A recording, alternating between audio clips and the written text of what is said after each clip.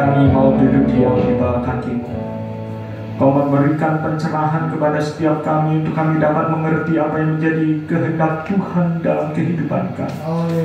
Sehingga bukan hanya sebagai pendengar yang baik, tetapi kami mau melakukan apa yang Engkau kehendaki dalam hidup kami. Sebagai pelaku-pelaku firman-Mu Tuhan.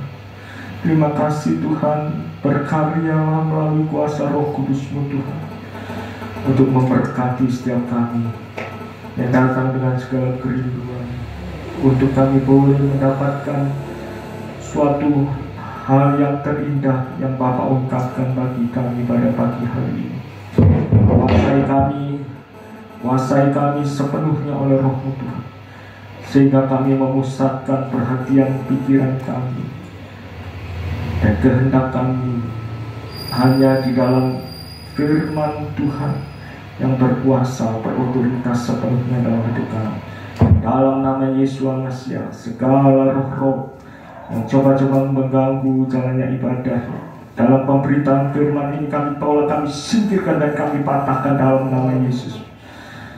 Dan setiap telinga yang mendengar berbahagia karena berita firman disampaikan menjangkau setiap hati sampai berkilo-kilometer yang mereka boleh mendengarkan berita kebenaran firman-Mu Tuhan. Dalam nama Yesus Kristus kami siap menyambut firman-Mu dengan kekuatan kuasa Tuhan saja. Kami berharap dan percaya. Kami sudah berdoa. Haleluya. Amin. Shalom. Shalom. Selamat berjumpa kembali pada pagi hari ini, yang sebenarnya saat ini berita kebenaran firman Tuhan akan dilayani oleh hamba Tuhan, tetapi karena ada sesuatu hal sehingga kita percaya dan maksud Tuhan yang indah bagi kita, karena ada pelayanan untuk perayaan Natal dari gereja hamba Tuhan tersebut, sehingga pada saat ini kita kembali belajar akan kebenaran firman Tuhan, dan Gembala akan melayani kita sekalian untuk kita mau taat dan dengar-dengaran apa yang menjadi kehendak Tuhan. Saya undang saudara membaca di dalam Matius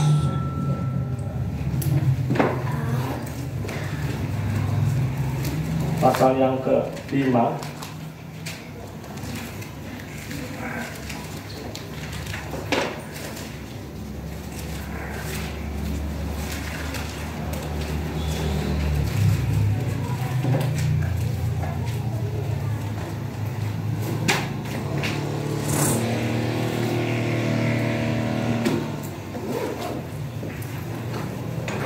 Matius pasal 5 ayat 8.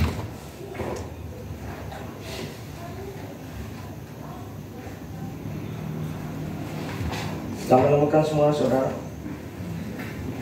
Iya. Kalau sudah, katakan amin dan kita bersama-sama bangkit berdiri.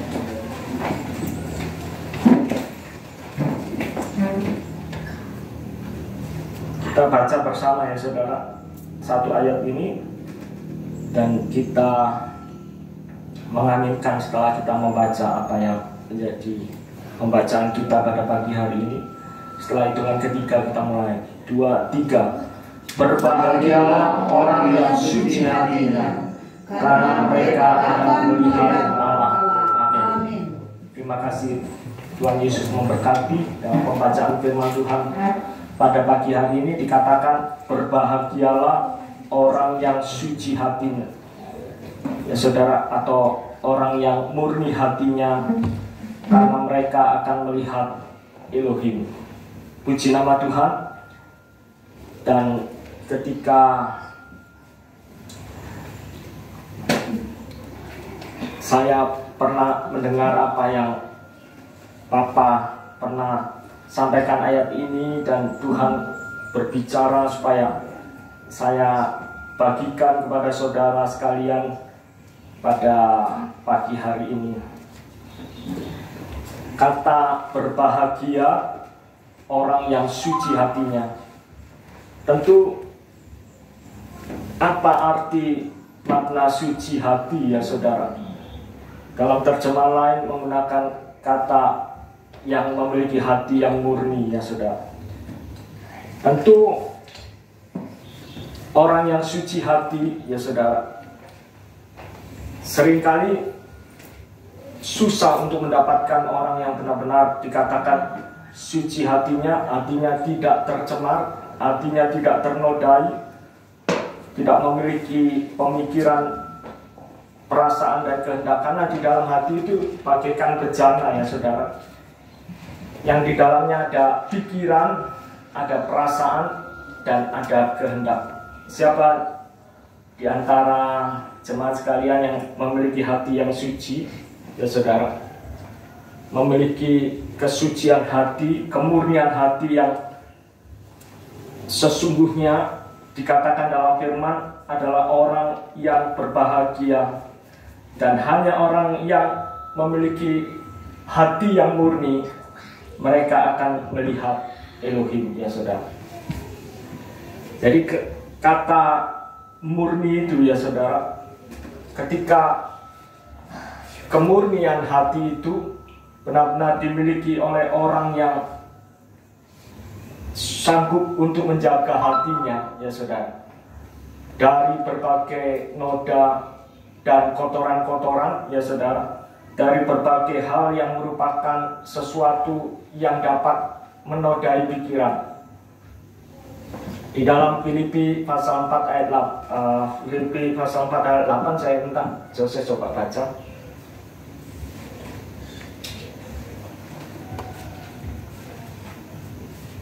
Jadi akhirnya saudara-saudara, semua yang benar, semua yang mulia, semua yang adil, semua yang suci, semua yang manis, semua yang sedap didengar, semua yang disebut kebajikan dan patut dipuji, pikirkanlah semuanya itu. Jadi apa yang menjadi pemikiran kita ya saudara, seringkali hal-hal yang negatif tentang orang lain, tentang Elohim kita ya saudara. Sehingga bagaimana kita dapat menjaga hati kita pada saat kita berpikir sesuatu yang negatif, padahal firman katakan apa yang benar ya saudara. Jadi jikalau pemikiran kita bukan pemikiran yang disebut sebagai pemikiran yang benar ya saudara, mungkin dicampur adukan pikiran kita dengan sesuatu falsafah dunia. Tadi saya mendengar ketika anak saya memutar YouTube itu ya saudara, bagaimana kehidupan falsafah dunia ini sudah dicampur adukan dalam education, pendidikan yang ada. Itu film anak-anak saudara, itu berbicara mengenai reinkarnasi ya saudara. Ya, jadi orang yang dilahirkan kembali ya saudara, ketika mereka berbuat jahat ya, ini sangat-sangat menyesatkan. Ketika berbuat jahat nanti kehidupan nanti di dunia yang akan datang, dia akan dilahirkan menjadi kehidupan makhluk yang terkutuk ya saudara. Langsung saya bilang ke anak saya yang kecil ini, jangan stop, jangan lihat film-film seperti itu, sehingga nanti suami yang akan datang itu bisa diketahui ya saudara, ketika kalau dia ditentukan dari apa yang akan diperbuatnya di masa sekarang ya saudara. Jadi ini falsafah Buddhisme, ajaran-ajaran Buddhis, agama Buddha dimasukkan ya saudara. Itulah sebabnya saya bersyukur walaupun saat ini gereja sudah ternodai, hanya melihat sesuatu yang di luar kulitnya saja yang disebut dengan kebaikan. Ingat, kebaikan itu bukan kasih saudara. Kebaikan itu hanya sekedar sesuatu yang dapat dikerjakan oleh manusia yang luar. Ketika orang membagi berkat, dalam pengertian berkat tanda petik saudara, bukan berkat yang sesungguhnya yang disebut dengan rizki. Jangan kita campur adukan antara berkat yang sesungguhnya dengan berkat hanya secara jasmani. Seringkali kita berpikir, aduh aku dapat berkat ketika kita diberi orang dan lain sebagainya.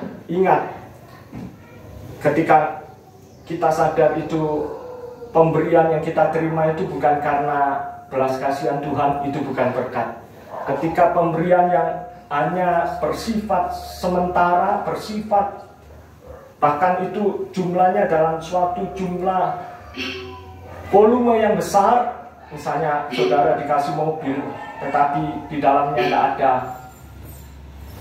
belas kasihan Tuhan, saudara merasa ini karena hasil kebaikan saudara, maka itu bukan berkat. Ketika saudara sanggup merasakan enak tetapi enak itu hanya dinikmati sendiri, itu bukan berkat. Ketika saudara sanggup merasakan tetapi rasa yang sebenarnya itu bukan membuat kita merasakan damai sejahtera, ya saudara, saudaranya merasakan enak secara kedagingan, maka ketika saudara merasakan bukan merasa kasih, justru semakin saudara menerima, saudara akankah saudara mengalami rasa ketika melihat orang lain, ya saudara, bukan berarti kalau misalnya ketika kita sukses,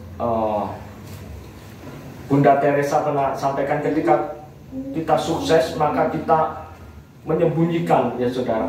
Pernah ada di Surabaya, kalau rumah yang di muka itu modelnya itu sangat sederhana seperti rumah yang jelek sekali, ya saudara, tetapi di dalamnya seperti istana.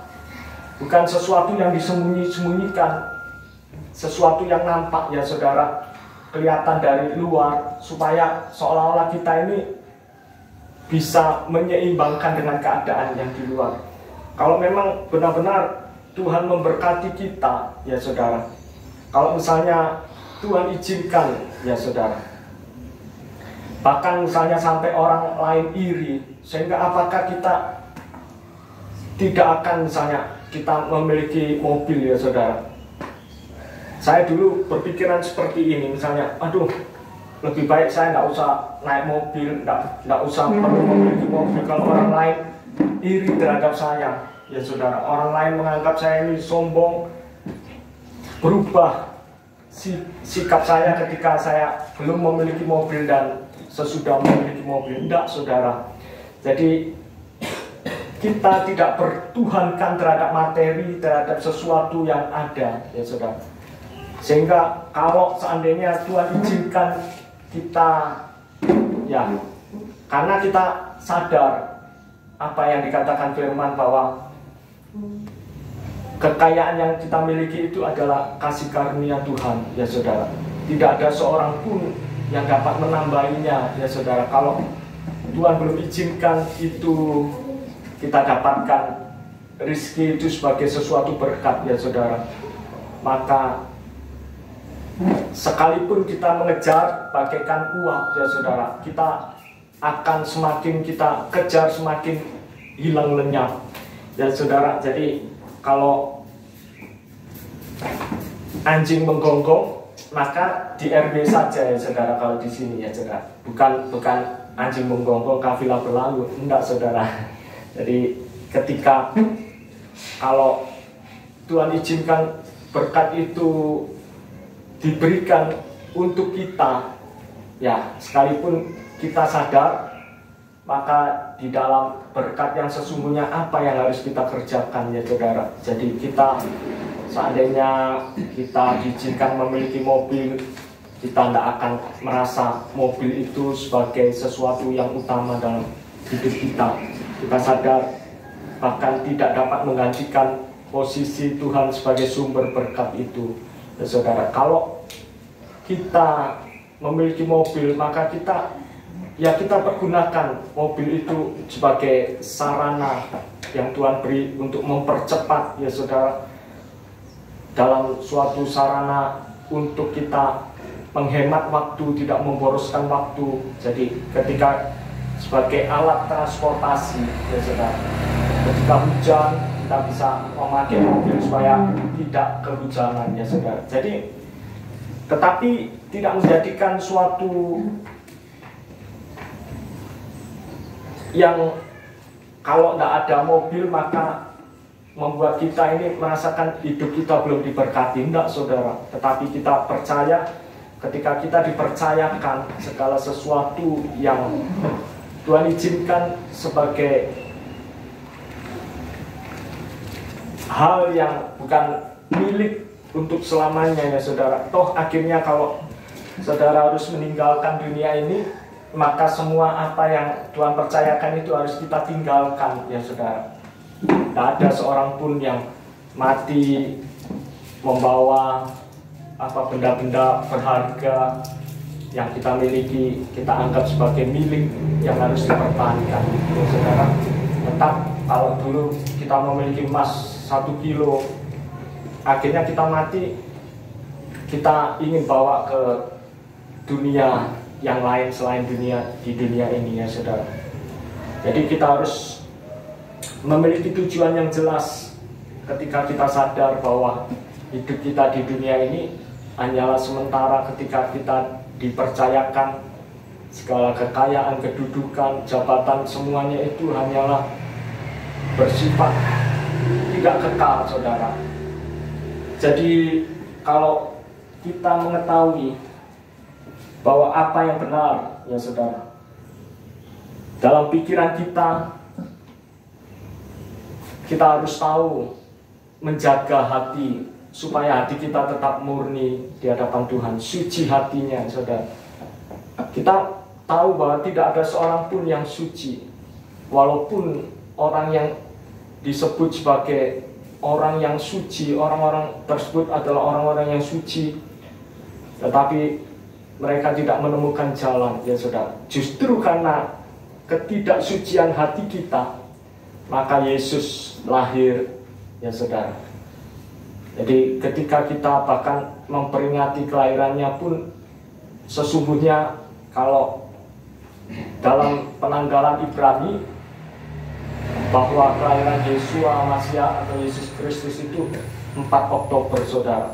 Tetapi kita tidak tergantung dari tanggal, justru menunjukkan bahwa sebenarnya Yesus dalam kelahirannya tidak ingin untuk diperingati ya saudara. Bahkan juga kematian dan kebangkitannya selama ini kita mengetahui sesuatu hal yang salah, bahwa kematiannya itu sesungguhnya hari Rabu ya saudara. Firman Tuhan telah katakan, saya telah bukakan kepada seseorang, oh ternyata kita ini dibodohi ya saudara oleh orang-orang Yunani, Helenisme ya saudara. Suatu aliran yang ketika Konstantin ini menjadikan orang-orang Kristen ini, sehingga kalau kita memperingati harus tepat tanggal 25 merupakan hari kelahiran Yesus Kristus, padahal justru itu kelahiran Horus ya saudara, kelahiran Dewa Matahari. Jadi kita mengerti dan menyadari bahwa kelahiran Yeshua Masya ke dalam dunia ini, karena tanpa kelahiran tidak ada kematian, dan tanpa kematian tidak ada kebangkitan. Dan apa yang Yeshua kerjakan adalah karya Bapa yang sempurna, yang merupakan adalah kasih Bapa terhadap dunia ini, sehingga tidak ada seorang pun yang sanggup melihat Elohim ya saudara. Jadi melihat ini bukan dalam pengertian secara audio, secara visual dapat dilihat. Justru ketika Musa ya saudara, bahkan Bapak perintahkan tidak melihat secara visual karena mereka akan hangus dan terbakar ya saudara, bahwa dia adalah bagaikan api. Jadi ketika kita diberikan hati yang baru, hati yang taat ya saudara, supaya kita, itulah sebabnya bagi kita yang percaya kepada Yeshua Masya, kepada Yesus Kristus, dalam Ibrani 5 ayat 8-10 itu dikatakan ketaatan yang berdampak, yaitu ketaatan Yesua, ketaatan terhadap firman. Ya saudara, ketaatan terhadap Tuhan Yesus, ya saudara, menjadikan kita sebagai manusia yang percaya kepadanya menjadi pribadi yang taat, ya saudara. Kenapa ketaatan disebut dengan hati yang taat, ya saudara? Jadi ada hati yang taat, ada hati yang tidak taat. Kenapa?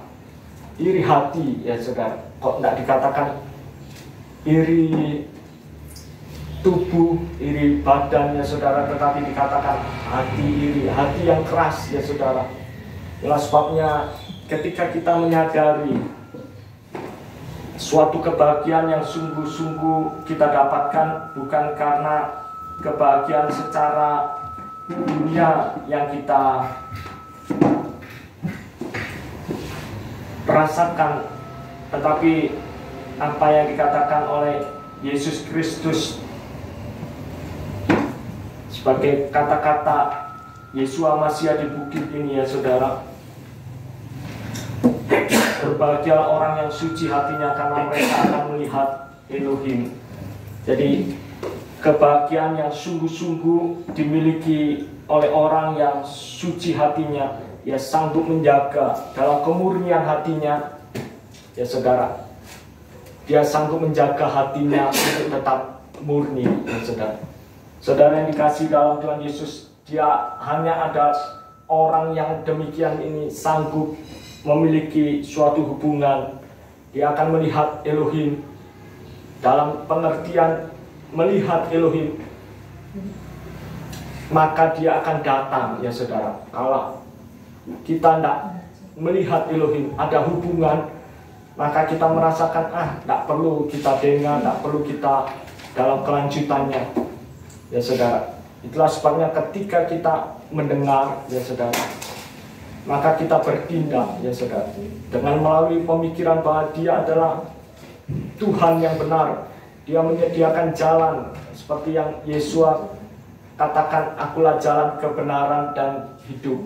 Barang siapa yang percaya kepadaku tidak akan binasa, melainkan beroleh hidup yang kekal.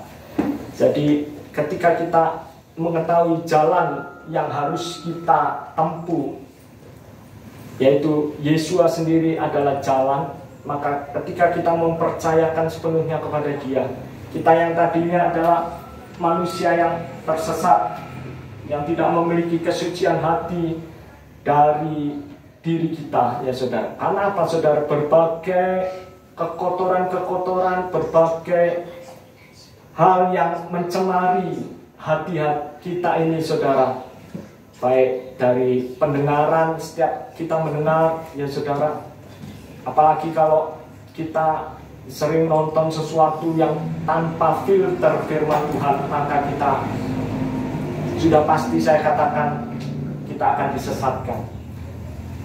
Dan lebih lagi, kita tidak akan sanggup melihat Elohim. Apa yang Yesua katakan, apa yang Yesua sampaikan, kita anggap itu sebagai sesuatu yang, karena apa saudara, sudah tercemar. Kita tidak sanggup lagi difilter oleh firman Tuhan. Keadaan kondisi kita sudah menjadi air yang keruh, air yang kotor, ya saudara.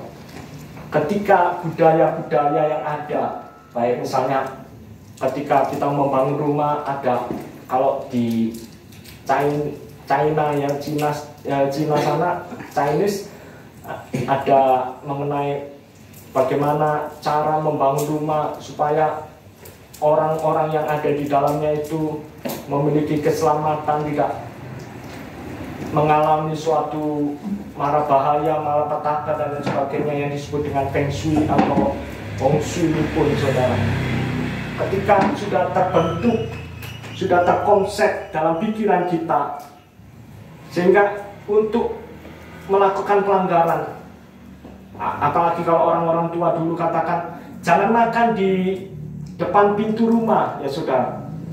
Seringkali juga misalnya, oh kalau anak rewel harus kasih peniti dan lain sebagainya.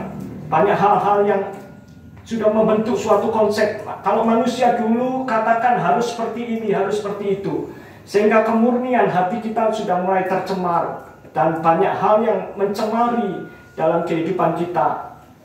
Kita tidak lagi menjadi pribadi yang memiliki hati yang sungguh-sungguh. Tetapi kalau kita mau datang kepada pribadi Kristus yang adalah Sang Firman itu sendiri, yang sanggup memurnikan, dia sanggup memilahkan, memisahkan yang menjadi kotoran-kotoran, ya saudara, seperti emas yang murni itu, saudara. Sehingga ketika kita mengenal, percaya kepada Kristus, maka yang lama itu telah digantikan oleh sesuatu yang baru. Seperti pujian, aku berubah, sungguh ku berubah, waktuku serahkan semua. Sehingga konsep-konsep kita yang dahulu, ya saudara, orang Kristen ini, saudara, ini seorang hamba Tuhan, saya sangat geli, ya saudara, ketika mendengarnya. Dia katakan, oh, walaupun kita orang Kristen, tetapi budaya-budaya itu kan baik, jadi kita harus tetap pakai, ya saudara. Dia katakan, kalau saya membangun rumah, maka posisi misalnya WC itu di mana, posisi jongkok tidak boleh menghadap pintu ketika pintu masuk, ya saudara. Kan itu baik kalau dilakukan, dia katakan. Kan baik, misalnya kalau menghadap pintu kamar mandi atau pintu WC itu menghadap pintu masuk, kan dapat dilihat orang, ya saudara. Jadi harus menghadap ke sana, menghadap ke sini, ya saudara. Rumah itu yang banyak rezekinya itu harus, ya saudara. Jadi hal-hal yang seperti ini membuat kekotoran jiwa kita semakin lama semakin kotor, menumpuk. Kalau dikatakan dalam peribahasa dunia, ya saudara, mensana in corpore sano, di dalam jiwa yang sehat terdapat badan yang sehat. Begitu kita tidak menyadari, sehingga kalau kita sakit karena disebabkan jiwa kita ini masih, hati kita ini masih penuh dengan kotoran-kotoran yang menumpuk, ya saudara. Sehingga sedikit-sedikit marah, sedikit-sedikit kita tersinggung, saudara. Sedikit-sedikit kita merasa, waduh, Allah itu tidak adil, Tuhan itu tidak adil, Tuhan itu tidak sayang terhadap diri kita. Tuhan biarkan sakit penyakit ini terus-menerus terjadi, ya saudara. Saya merenungkan betapa kita sebagai manusia, sebagai orang yang disediakan kebahagiaan oleh Tuhan. Inilah yang harus kita tempuh, yaitu kita sebagai orang yang sanggup menjaga hati kita tetap bersih di hadapan Tuhan. Kalau dikatakan di dalam Amsal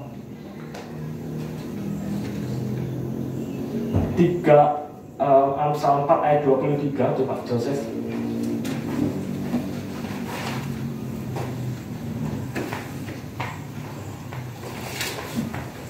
Jagalah hatimu.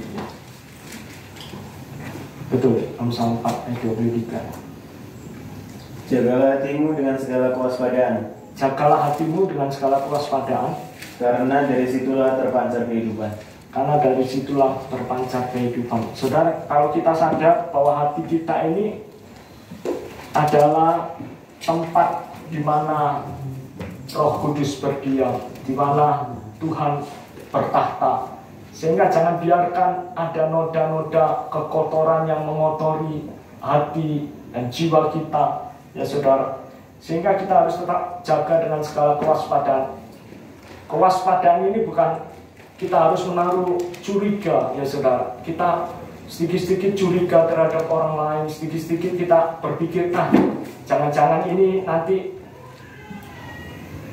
membuat aku terpengaruh dan lain sebagainya. Landasannya jelas, saudara. Ketika kita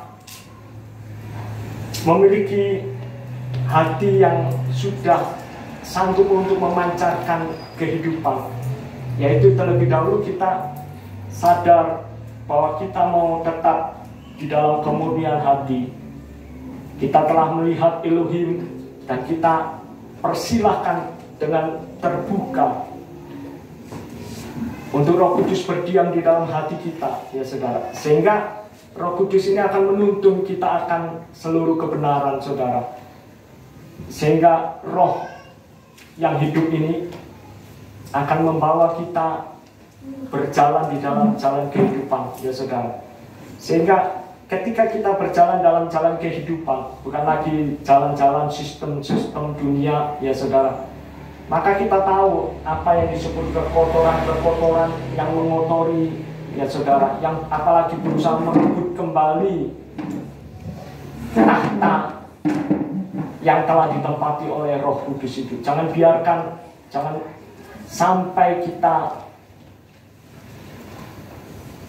mendukakan Roh, ya saudara. Jangan sampai membuat Roh itu berlalu dan pergi meninggalkan hati kita, sehingga tidak ada lagi filter, ya saudara. Tidak ada lagi hal yang dapat membawa kita mengerti, sehingga kita harus masuk di dalam pelayanan Roh, ya saudara. Sehingga kita dapat membedakan manakah kehendak Elohim dan manakah ini adalah kehendak kedagingan kita. Sehingga ketika kita jauh dari Elohim, maka kita sadar, ya saudara. Ini kewaspadaan yang kita harus miliki, ya saudara. Sebagai suatu pengendali, sebagai sesuatu yang dapat membuat hidup kita ini merasakan, aduh, aku sudah jauh, aku sudah terhilang dari Engkau, Tuhan. Seperti Daud katakan, selidiklah akan daku, ya Bapa. Kita harus cross and check, ya saudara, cross check, ya, selalu introspeksi dalam diri kita. Apakah yang menjadi filter itu telah menjadi, kita jadikan menjadi sesuatu hal yang tidak nampak atau kabur, ya saudara.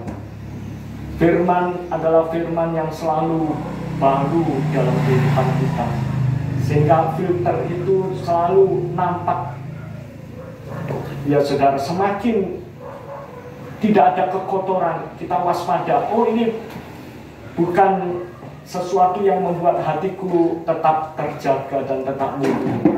Ini membuat hatiku, ketika aku sudah mulai melirik dan ada kecemburuan, iri hati di dalam hati kita, kita berpikir, itu paling anak kredit, ya saudara. Ketika kita melihat ada motor baru terparkir di halaman tetangga, ya saudara. Bahkan Bunda Teresa atau Mother Teresa ini pernah sampaikan juga, ketika kita berhasil dalam pengertian berhasil yang sesungguhnya yang Tuhan maksudkan itu, maka bukan keberhasilan atau kesuksesan dalam ukuran dunia, saudara. Ketika kita berhasil, maka kita sanggup memanage diri kita, sehingga dalam hal apapun yang mereka membuli, menfitnah, mereka bahkan ingin menjatuhkan kehidupan kita, ya ini tidak lepas dari firman. Kalau firman katakan kita telah dijadikan lebih dari pemenang.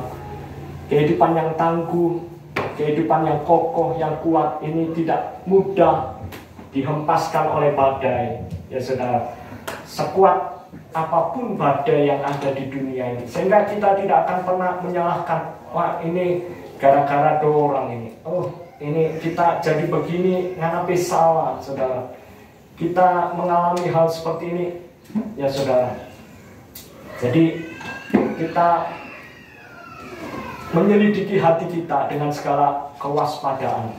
Awasi dirimu, ya saudara. Jaga hatimu, ya saudara.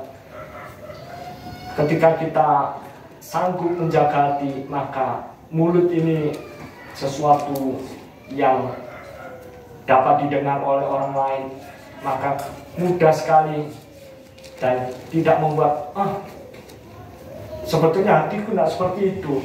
Kalau itu hanya tapi mulut aja, saudara. Kalau mulu-mulu, ya saudara, misalnya kita tidak bisa mengontrol mulut kita, tapi hati ini baik sekali sebetulnya.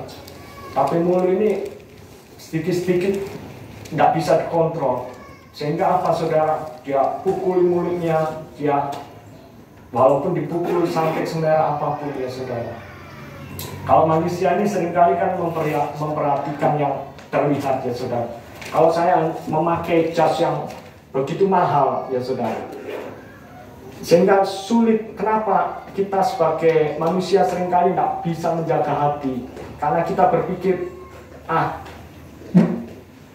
dengan sesuatu yang aku bisa tampilkan secara kemunafikan, maka aku bisa seolah-olah orang lain hidupku ya saudara, sehingga yang orang lain lihat mungkin sesuatu yang dilihat di luar ya saudara. Hidupku kelihatannya bahagia ya saudara. Padahal firman Tuhan katakan, berbahagialah orang yang suci hatinya, karena mereka akan melihat Elohim ya saudara. Sebagai suatu respon ya saudara, yang kita nyatakan bahwa ketika kita telah ya saudara, karena tentu kita tidak akan mempercayai kata kebahagiaan yang Yesus Masias sampaikan, berbahagia orang yang suci hatinya ya saudara. Karena apa saudara?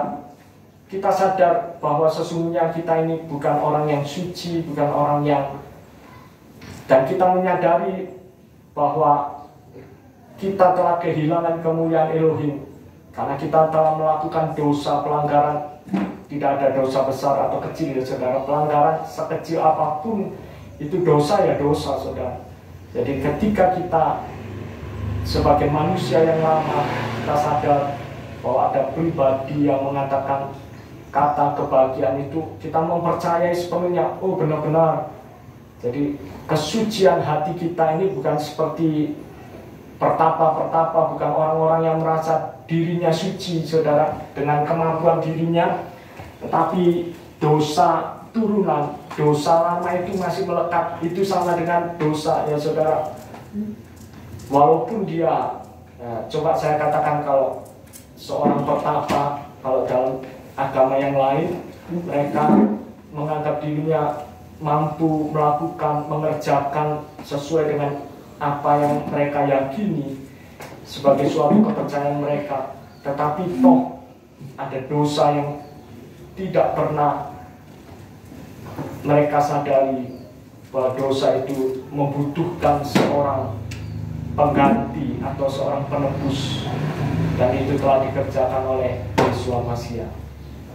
Saudara, kalau orang tua saya dulu sebagai pengikut agama yang lain ya saudara, saat ini bahkan ketika saya lahir, orang tua saya sudah percaya kepada Yesus Masias ya saudara, dan adalah karena anugerah Tuhan yang besar. Tuhan sudah menunjukkan jalan, dan dia telah, yaitu Bapa surgawi, telah menyatakan melalui pengorbanan putranya yaitu Yesus Masias ya saudara, yang telah mau menjadi jalan itu, jalan terbuka lebar untuk kita mempercayai dia sepenuhnya. Dan ketika kita percaya bahwa kebahagiaan itu benar-benar terjadi, jadi ketika orang yang suci hatinya adalah bukan orang yang sanggup menyucikan dirinya, tidak ada seorang pun yang sanggup menyucikan dirinya, hanya oleh korban Kristus saja, maka kesucian itu dapat kita miliki, dapat kita kerjakan, dan kita menggunakan filter, yaitu filter firman Tuhan itu tidak akan pernah salah. Jadi apa yang kita pikirkan, karena hati itu terdiri dari 3, pikiran, perasaan, dan kehendak saudara. Jadi ketika kita berpikiran sesuatu yang baik, benar saudara, bukan hanya sekedar baik tetapi benar, sesuatu yang benar tidak akan keluar dari apa yang dikatakan oleh Yesus itu sendiri, dari perkataan firman itu. Setiap hari kita memperkatakan firman, setiap saat kita sadar bahwa hanya oleh anugerahlah ya saudara.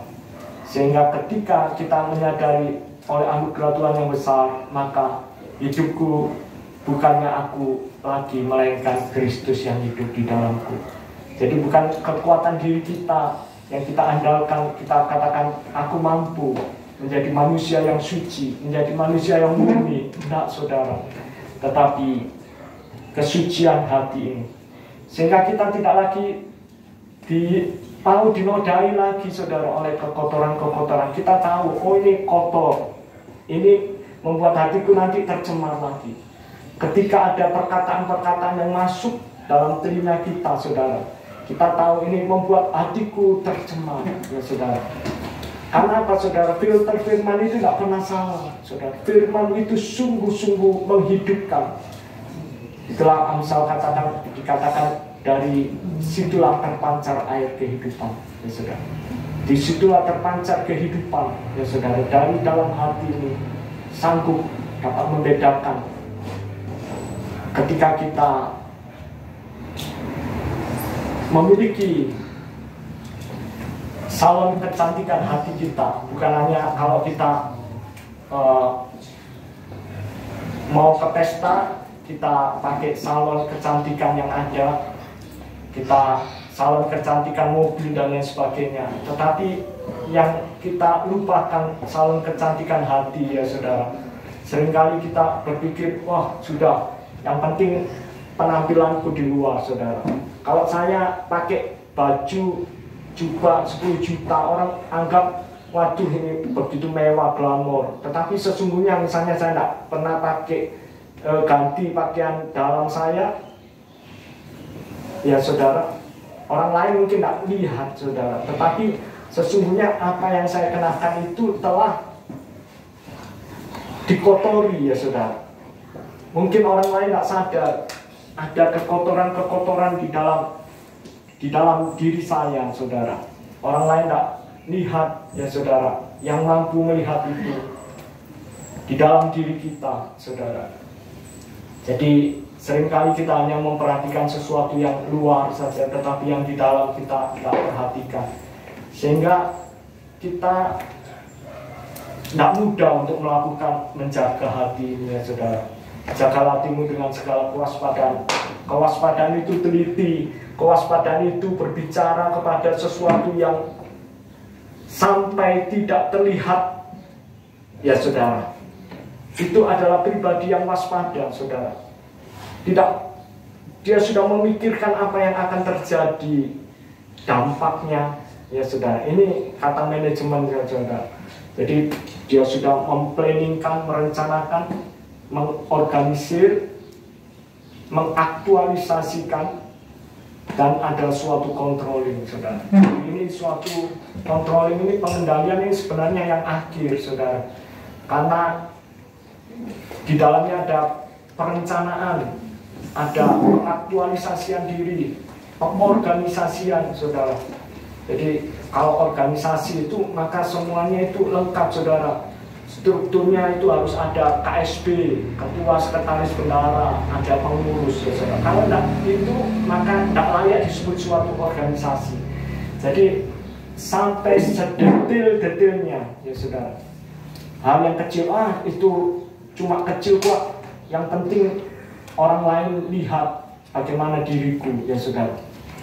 Jangan bangga menjadi pengikut Kristus, tetapi manusia batinia kita tidak pernah tersentuh, ya saudara. Manusia batinia kita adalah manusia batinia yang rapuh, manusia batinia yang mudah putus asa. Jelas sebabnya Daud katakan, selidikilah hatiku Tuhan, ujilah aku Tuhan, ya saudara. Jadi bukan hanya sekedar mencoba. Kalau mencoba itu hanya dilakukan oleh si jahat supaya tujuannya menjatuhkan, ya saudara. Tak cobai orang itu apakah benar-benar, ya saudara. Saya pernah dicobai, ya saudara, oleh seseorang. Misalnya dia harus membayar 300.000 tapi dia kasih 1 juta, ya saudara, misalnya.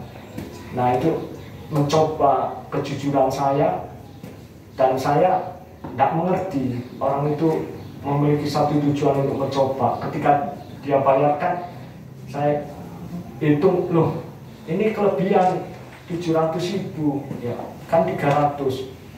Oh iya, saya mengantuk kok ini. Terus akhirnya dia bilang, oh saya mau mencobai Pak Pendeta, apakah Pak Pendeta jujur atau tidak, ya saudara. Jadi ketika iblis ini berusaha memiliki satu tujuan untuk supaya kita ini gagal, ya. Tak cobai seperti Ayub yang dicobai oleh iblis, ya saudara. Dia meminta kepada Tuhan supaya hartanya semakin habis, ya saudara. Istrinya meninggalkan Ayub, ya saudara. Apakah dia tetap masih mencintai Tuhan, ya saudara? Tetapi berbeda dengan Tuhan kalau dia menguji kita, menguji hati kita, apakah kita tetap setia. Ketika kita mempercayai, oh benar-benar berbahagia, kita apakah masih bertanya, oh maksud sih benar orang yang suci hatinya, orang yang sudah dibersihkan dari segala noda-noda kekafiran, ya saudara. Tuhan telah menguduskan hidupmu, Tuhan telah mengubah hidupmu menjadi memiliki hati yang suci, ya saudara. Kita bukan hanya sekedar menjadi penonton ketika kita melihat orang lain larut dalam pujian, orang lain larut dalam penyembahan, orang lain larut dalam hadirat Tuhan, ya saudara. Kita hanya penonton, kita merasakan orang itu dibuat-buat, orang itu rasanya sepertinya sampai mereka menangis, melelehkan air mata, ya saudara, karena merasakan betapa Tuhan itu baik, betapa Tuhan itu baik dalam hidupnya, terus membaharui manusia batinnya ini, dibaharui dari hari ke hari, ya saudara. Dan kedekatan kepada Elohim ini, ya saudara, menunjukkan kehadiran Tuhan, ya saudara. Sehingga walaupun kita tidak melihat, siapa di sini yang pernah melihat Elohim? Tak ada, ya saudara. Dalam pengertian, kalau kita melihat Elohim itu dalam hadirannya, kehadiran Tuhan, yang kita rasakan Tuhan itu begitu dekat, Tuhan itu terus bekerja, melakukan selalu penyertaan, perlindungan, dan kasih setia Tuhan yang dinyatakan bagi kita, orang yang percaya.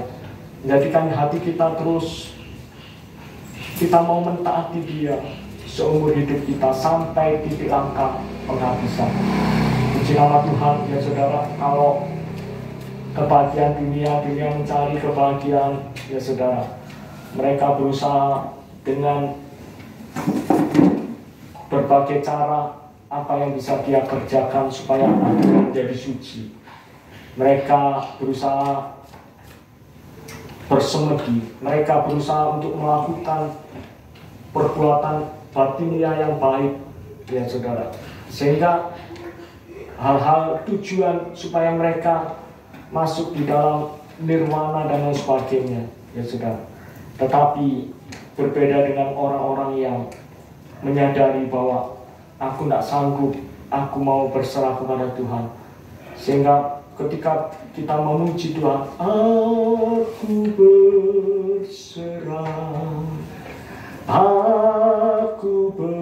berserah, saudara, maka tangan Tuhanlah yang sanggup untuk mengangkat kehidupan kita. Kita mau berubah, bukan karena, ya saudara, kita terus bertahan di dalam keinginan hati kita untuk mempertahankan yang lama, saudara.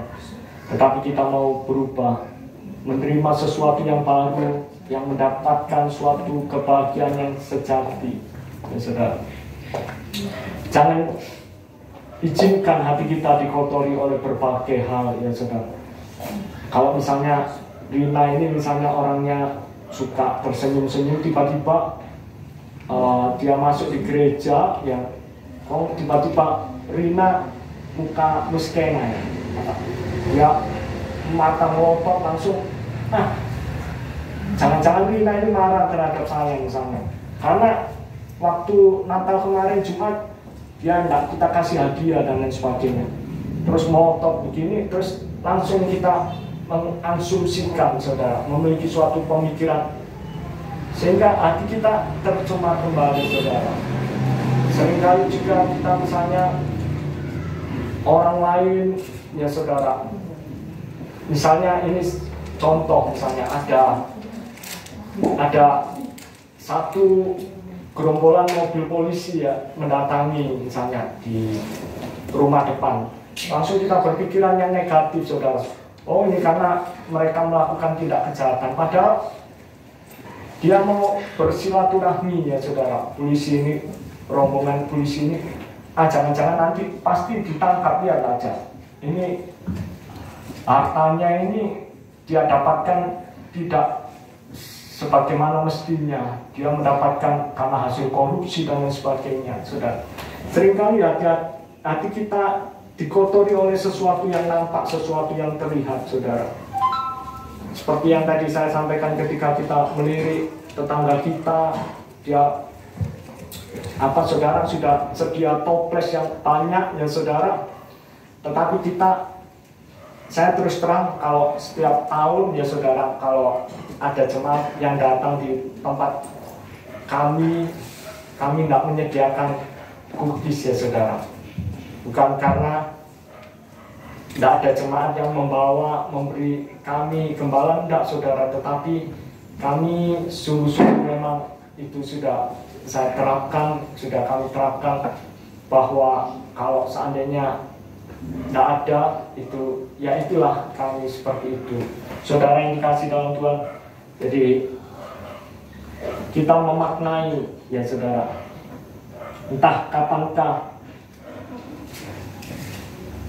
kapan waktunya Yesua lahir, kapan waktunya Yesua mati, dan kapan waktunya Yesua bangkit, itu tidak penting, saudara, kapan waktunya. Tetapi yang penting itu yaitu bahwa Yesua telah lahir bagi kita.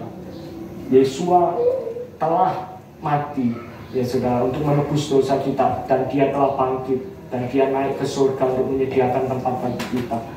Dan kita sadar bahwa itu membawa kepada suatu kebahagiaan sukacita, ya saudara. Bukan kebahagiaan yang harus diisi dengan pesta pora, harus diisi dengan acara-acara yang membuat hati kita menjadi gembira, tetapi tanpa sadar iblis sudah menggerogoti yang di dalam. Kita harus sadar, kita harus perhatikan, saudara. Jangan pernah kita memboroskan waktu ketika kita datang beribadah di gereja, tetapi kita tidak pernah menikmati kedekatan dengan Tuhan. Kita tidak melihat Elohim, ya saudara. Karena hati kita ini sudah dikotori.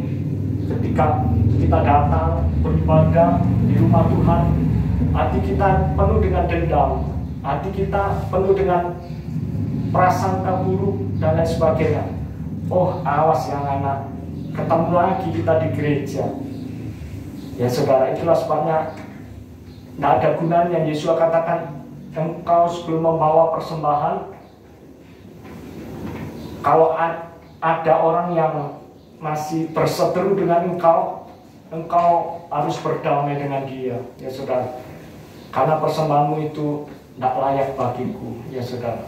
Bagi Elohim, bagi Yahweh, Yesus Masiah, Tuhan Yesus Kristus Juru Selamat kita. Itulah sebabnya, apa gunanya kita membawa persembahan? Bahkan persembahkanlah hidupmu sebagai persembahan yang hidup, yang kudus, dan yang berkenan di hadapan Tuhan. Kita memuliakan Tuhan dengan tubuh kita yang sehat, tetapi hati kita, jiwa kita keropos, ya saudara. Hati kita dipenuhi dengan noda-noda kekafiran, dengan noda-noda kekotoran yang membuat kita tidak sanggup dikatakan memiliki kemurnian hati, ya saudara. Jadi puji nama Tuhan, kalau firman yang datang pada saat ini kita sadari betapa Tuhan itu inginkan supaya kita benar-benar berubah dan mempersilakan Tuhan untuk menyelidiki hati kita. Karena Yesus ada di dalam, Roh Kudus ada di dalam hati kita. Maka ketika kita izinkan ada pintu masuk membuat noda-noda itu masuk kembali di dalam hati kita. Ya saudara, kita izinkan untuk Roh Kudus itu berbicara, Tuhan itu berbicara dalam hati kita. Ya saudara, inilah fungsi kita ketika kita melihat Elohim. Maka kita akan tolak, kita buang noda-noda itu supaya tidak tercampur, sehingga kemurnian itu tetap terjaga dan roh itu tidak akan meninggalkan pribadi kita. Puji nama Tuhan, biarlah firman Tuhan yang kita dengar saat ini memberkati kita sekalian, dan kita percaya hanya oleh firman Tuhan sebagai filter dalam hidup kita untuk tetap menjaga, untuk membuat kita sanggup untuk bertahan di dalam posisi kebahagiaan yang Tuhan telah tentukan. Ya saudara, kebahagiaan itu tidak perlu dicari dengan berbagai harta yang harus kita keluarkan untuk memperoleh kebahagiaan, saudara. Kebahagiaan itu hanya dengan mudah dan sederhana saudara akan dapatkan kalau saudara sudah memiliki hati yang murni, karena kau sudah melihat Elohim dalam hidupmu. Hinara bata karya pas. Dalam posisi kita berdoa, memuji Tuhan, menyembah Dia. Selidiklah akan daku ya Bapa, ketahuilah akan hatiku, pujilah